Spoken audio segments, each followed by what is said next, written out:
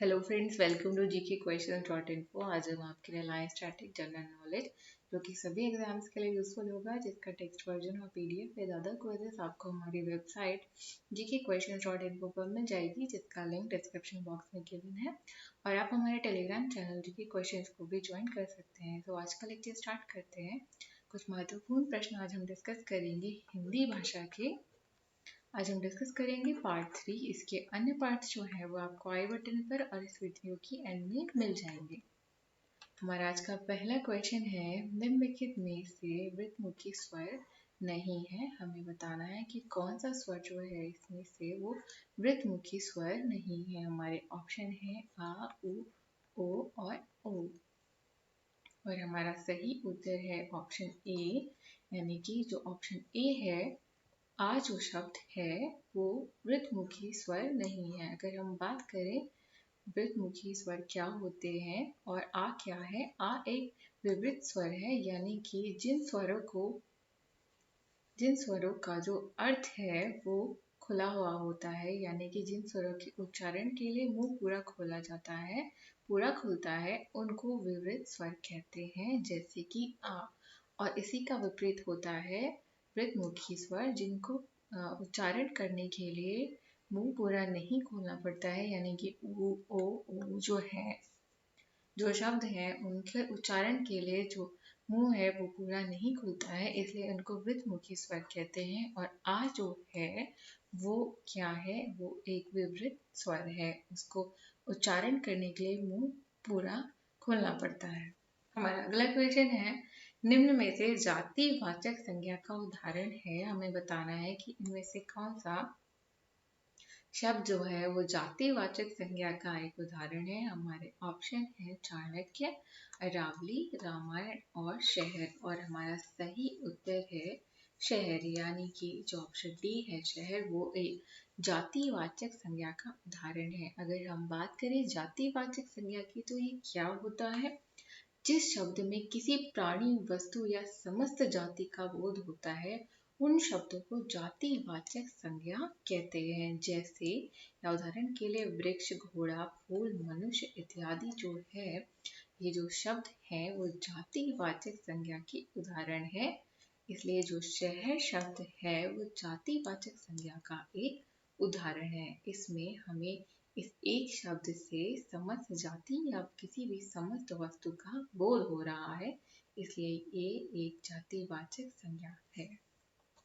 हमारा अगला क्वेश्चन है, सर्वनाम में विकार उत्पन्न होता है। हमें बताना है कि सर्वनाम में विकार कब उत्पन्न होता है? वचन से, कारक विभक्तियों से, पुरुष से, और इनमें से कोई नहीं। और हमारा सही उत्तर है कारक विभक्तियों से सर्वनाम में जो विकार है वो उत्पन्न होता है।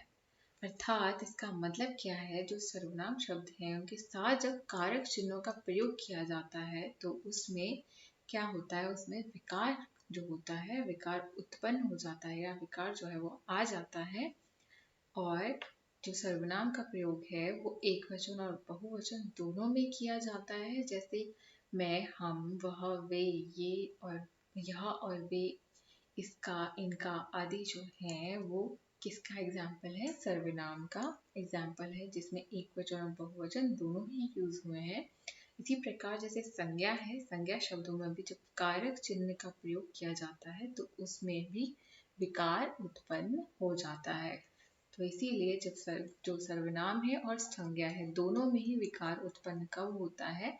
कारक विभक्तियों से, यानी कि कारक चिन्हों के प्रयोग से इसमें विकार उत्पन्न हो जाता है। हमारा अगला क्वेश्चन है, तुम मुझे 20 रुपए उधार देना या कुछ पैसे उधार देना, इसमें कौन से विशेषण का प्रयोग हुआ है? हमें बताना है।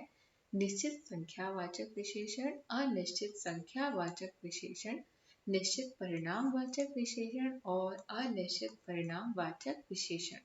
और हमारा सही उत्तर है अनिश्चित संख्यावाचक विशेषण, यानी कि तुम मुझे कुछ रुपए उधार देना जो वाक्य है उसमें अनिश्चित संख्यावाचक विशेषण का प्रयोग हुआ है, या ये एक अनिश्चित संख्यावाचक विशेषण का जो है एक उदाहरण है ये वाक्य। और अगर हम बात करें अनिश्चित संख्यावाचक विशेषण कौन से होते हैं, ये वो होते हैं ये जिसमें किसी भी संज्ञा या सर्वनाम का निश्चित बोध, यानी कि किसी निश्चित मात्रा का बोध हमें नहीं हो रहा है, वो जो मात्रा है वो एक अनिश्चितता हमें बता रही है, इसलिए इसको एक अनिश्चित संख्यावाचक विशेषण कहते हैं। जैसे कि कुछ, अनेक, बहुत, सारे या सब आदि जो वर्ड्स हैं वो किसके एग्जाम्पल है, अनिश्चित संख्यावाचक विशेषण के एग्जाम्पल है, उदाहरण है।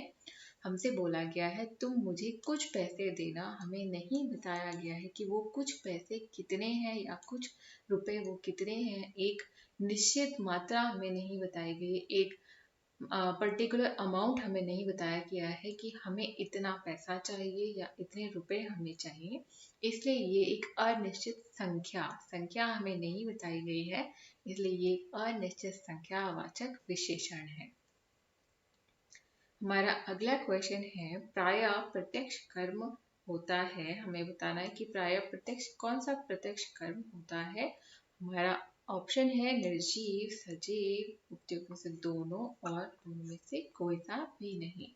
और हमारा सही उत्तर है निर्जीव, यानी कि प्रत्यक्ष कर्म या जो मुख्य कर्म है इसके साथ व्यक्तियों का प्रयोग नहीं होता है, यह निर्जीव होता है, यह क्रिया के निकट रहता है। जैसे रमेश ने मोहन को चित्र दिखाया, इसमें जो मुख्य कर्म है वो चित्र है और जो गौण कर्म है वो कौन सा है, वो मोहन है, यानी कि रमेश ने मोहन को चित्र दिखाया में जो कर्म है वो चित्र है और जो गौण कर्म है मोहन है, यानी कि रमेश ने मोहन को चित्र दिखाया और मोहन और रमेश दोनों ही इस चित्र को देख रहे हैं, तो चित्र क्या है, मुख्य कर्म है। और जो गौण कर्म है, कौन देख रहा है, किसको दिखाया जा रहा है, मोहन को वो चित्र दिखाया जा रहा है, इसलिए जो गौण कर्म है वो क्या है, वो मोहन है। और प्राय प्रत्यक्ष कर्म में ये कौन सा है, ये कौन सा कर्म है, ये निर्जीव है। हमारा अगला क्वेश्चन है, आप आ जाते तो मैं भी चलता। इस वाक्य में हमें बताना है कि कौन सा काल है। हमारे ऑप्शन है संदिग्ध भूतकाल, पूर्ण भूतकाल, हेतु हेतुमत भूतकाल और सामान्य भूतकाल। और हमारा सही उत्तर है हेतु हेतुमत भूतकाल, यानी कि आप आ जाते तो मैं भी चला जाता। ये जो वाक्य है, जो सेंटेंस है, उसमें कौन सा काल यूज हुआ है, उसमें हेतु हेतुमत भूतकाल यूज हुआ है, या ये जो वाक्य है वो इस काल का एक उदाहरण है। और हेतु हेतुमत भूतकाल क्या होते हैं, अगर हम बात करें तो इसमें किसी कार्य के या किसी क्रिया के होने या ना होने से दूसरी क्रिया पर फर्क पड़ता है, या उसकी जो निर्भरता है वो पहले कर्म पर, पहली क्रिया पर उस पर निर्भर करती है, इसलिए इसको हेतु हेतुमत भूतकाल कहा जाता है।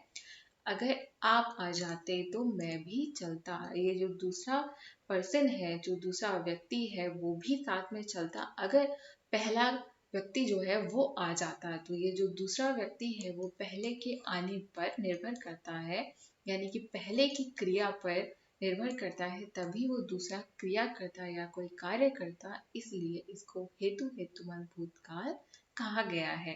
पहले की क्रिया और दूसरे पर निर्भर करती है, दूसरे के किसी भी कार्य पर निर्भर करती है पहला कार्य। हमारा अगला क्वेश्चन है, अमेरिका ने भारत को आर्थिक सहायता दी, इसमें हमें बताना है कि कारक कौन सा है। हमारे ऑप्शन है अपदान, संबंध और संप्रदान और कर्ता कारक। और हमारा सही उत्तर है संप्रदान कारक, यानी कि अमेरिका ने भारत को आर्थिक सहायता दी, इस वाक्य में जो कारक है वो कौन सा है, संप्रदान कारक है। अगर हम बात करें संप्रदान कारक क्या होते हैं, कर्ता जिसके लिए कुछ कार्य करता है अथवा जिसे कुछ देता है, उसे व्यक्त करने का जो रूप है उसको संप्रदान कारक कहते हैं। जो अमेरिका है उसने भारत को एक आर्थिक सहायता प्रदान करी, तो इसमें क्या किया गया है, इसमें कुछ कार्य किया गया है किसी और के लिए या किसी को कुछ दिया गया है। अमेरिका ने भारत को आर्थिक सहायता दी है, कुछ काम करने के लिए कुछ पैसे से, कुछ रुपयों से सहायता प्रदान की गई है, इसलिए इसको संप्रदान कारक कहा गया है। हमारा अगला क्वेश्चन है, कौन सा शब्द पुल्लिंग है? हमारे ऑप्शन है मंजिल, दीवार, मर्यादा और दरवाजा। और हमारा सही उत्तर है दरवाजा। जो दरवाजा शब्द है वो हमारा पुल्लिंग का शब्द है। अगर हम बात करें पुल्लिंग शब्द क्या होते हैं, जिस संज्ञा शब्दों से पुरुष जाति का बोध होता है उसको पुल्लिंग कहते हैं। और जो दरवाजा शब्द है वो एक पुल्लिंग शब्द है। हमारा अगला क्वेश्चन है, कौन सा कर्म विलोम के अर्थ में इनमें से सटीक है? सटीक इन द मतलब है कि कौन सा जो शब्द है, कर्म है, वो एक दूसरे का सही विलोम शब्द है। हमारे ऑप्शन है कठोर का विलोम शब्द है कोमल, पंडित का विलोम शब्द है विद्वान, धनात्मक का विलोम शब्द है ऋणात्मक और दाखिल का विलोम शब्द है खारिज। और हमारा सही उत्तर है पंडित का जो विलोम शब्द है विद्वान नहीं होता है, इसलिए हमारा ये जो ऑप्शन बी है वो गलत है। इसके अलावा जितने भी विलोम शब्द है, कठोर का कोमल, धनात्मक का ऋणात्मक, दाखिल का खारिज, ये सब सही विलोम शब्द है। हमारा अगला क्वेश्चन है, निम्नलिखित में से पवन का पर्यायवाची शब्द नहीं है? हमें बताना है पवन का पर्यायवाची शब्द कौन सा नहीं है। हमारे ऑप्शन है अनल, समीर, अनिल और वात। और हमारा सही उत्तर है अनल, यानी कि जो अनल शब्द है वो पवन का पर्यायवाची शब्द नहीं है। समीर, अनिल और वात जो हैं पवन के पर्यायवाची शब्द हैं। Thanks for watching guys. अगर आपको हमारा लेक्चर पसंद आता है तो प्लीज़ इसे लाइक करें और हमारे चैनल को सब्सक्राइब करना ना भूलें। Thanks for watching.